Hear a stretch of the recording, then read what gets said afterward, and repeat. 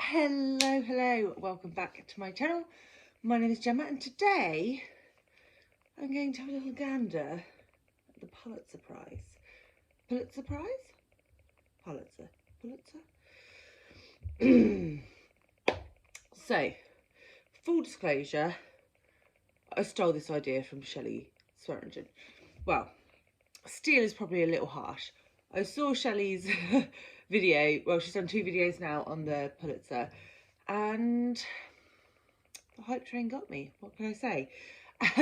So when she was talking about it, the Pulitzer Prize is an American prize, which is awarded to an American author, and is probably based on some facet of American life. I have always thought of the Pulitzer as sort of above my pay grade. For those people that have much more grey matter than I have. However, I was watching Shelley's video and I was like, oh, actually, I've read and enjoyed some of these books. And I think some of them are on my TBR.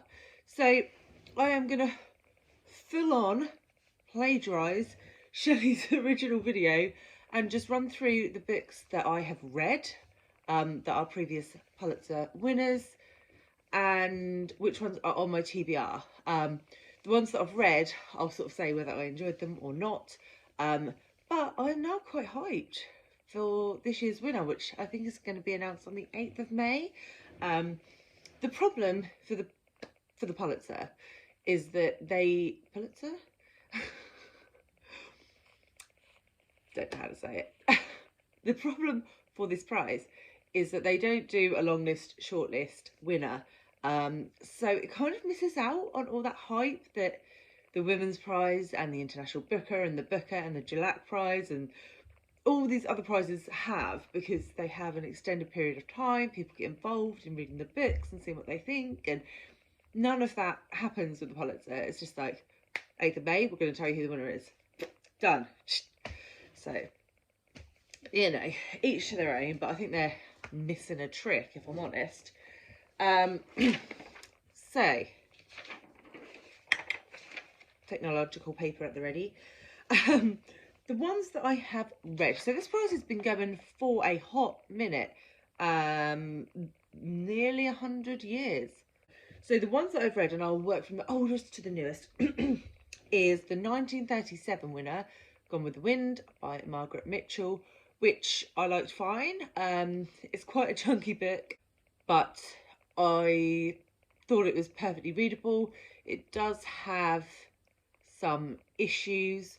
I will direct you again to the lovely Shelley, who did a whole review of it, sort of picking apart some of the issues and some of her thoughts and feelings on it, and it was very well constructed, much more thought through than anything that I can give you right now at 10 on a Tuesday evening. The next one that I've read is The Grapes of Wrath by John Steinbeck, which won in 1940, and I really disliked that book. I've read 2 other books by Steinbeck, Of Mice and Men and East of Eden, both of which were 5-star.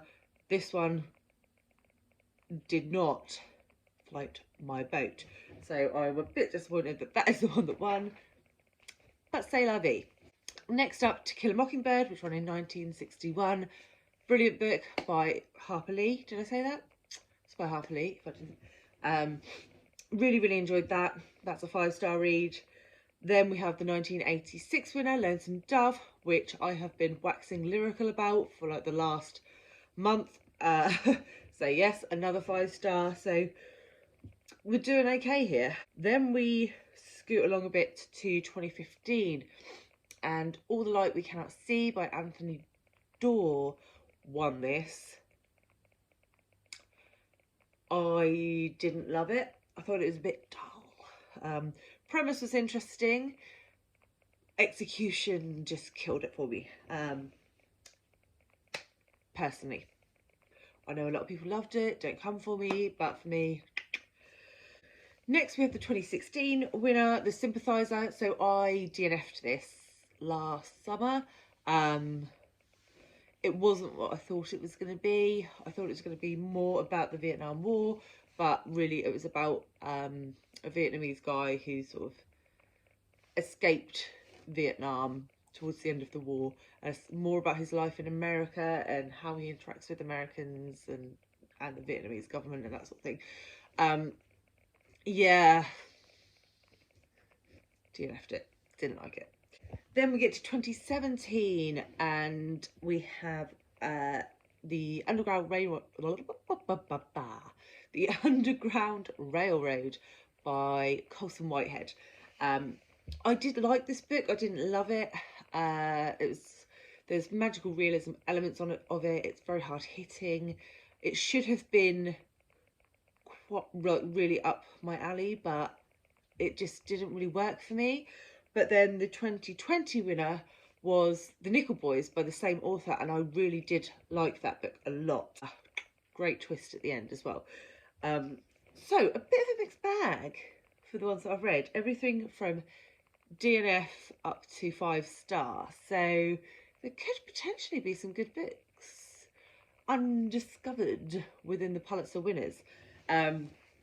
I do have a few on my TBR, so I'll just run through those as well. There's the 1953 winner, The Old Man and the Sea by Ernest Hemingway.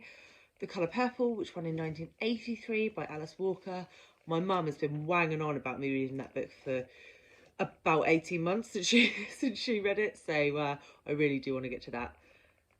Beloved, 1988 by the legend that is Toni Morrison. I have read one other book by her, The Bluest Eye, which I didn't love, but I really appreciated the writing style. It was quite interesting, the way it was structured and da-da-da. Anyway, I'm talking about a different book. This is the trouble when I sit down to film late at night. Just, yeah, brain cells.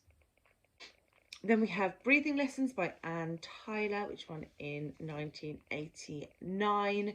I've been meaning to pick up Anne Tyler for a while, so if that's the one that won the Pulitzer, and it's also the one on my shelf, which is handy, then yeah, I should probably give it a go. Then we've got The Interpreter of Maladies, is that right? By Jhumpa Lahiri, which won in 2000. I have that one on my Kindle. I also have The Namesake by the same author on my shelf, and I think I have her newest one, Whereabouts, on my Kindle as well. So she's an author that I really think I will love, but just haven't got to it yet. Then we have The Road by Cormac McCarthy, which won in 2007, and The Night Watchman by Louise Erdrich, which won in 2021. I have read, well, I DNF'd a different book of Louise Erdrich's last year, The Last Report on the Miracles at Little No Horse, but I definitely want to give her another go.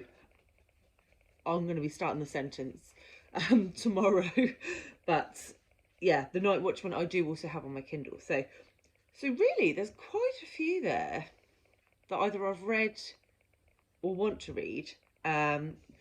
So perhaps the Pulitzer is for me.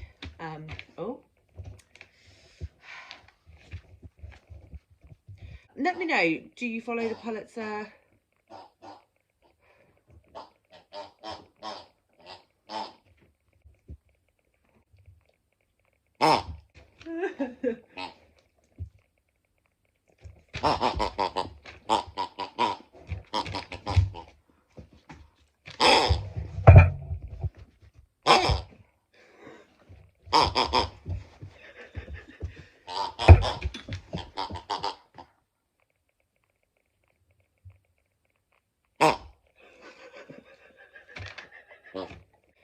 And with that,